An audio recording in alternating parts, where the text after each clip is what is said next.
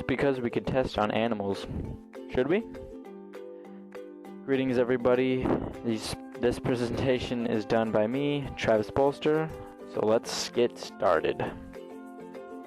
If you haven't noticed already, humans are very similar to other organisms, specifically animals. Things like cats and dogs, monkeys and mice, we all have that one thing in common, which is DNA. We share about 98% of our DNA with chimpanzees and about 92% with mice, 90% with cats, 82% with dogs, and we even share 50% of our genes with bananas. Why is this important?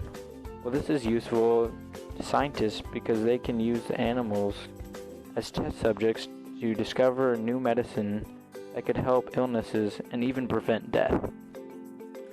Although not all animal testing is done for discovering new medicine and helping save lives, some animals are used for cosmetic purposes, so that humans could look fabulous, if you know what I mean. If you haven't already noticed or guessed, the downside to this is having to test on animals. Often animals live in harsh conditions. In some circumstances, while being tested on, if a drug hurts the animal, they won't give the animal painkillers or anything to stop the pain because it might affect the drug that they're testing on. So animals are forced to endure pain, which could lead to medical problems and even death. Because of this, many animals are treated horrible, and if you could even consider this torture. They have to endure pain from drugs and be kept in captivity.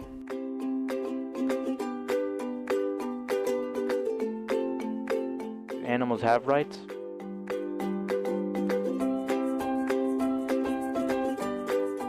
What are animals' rights?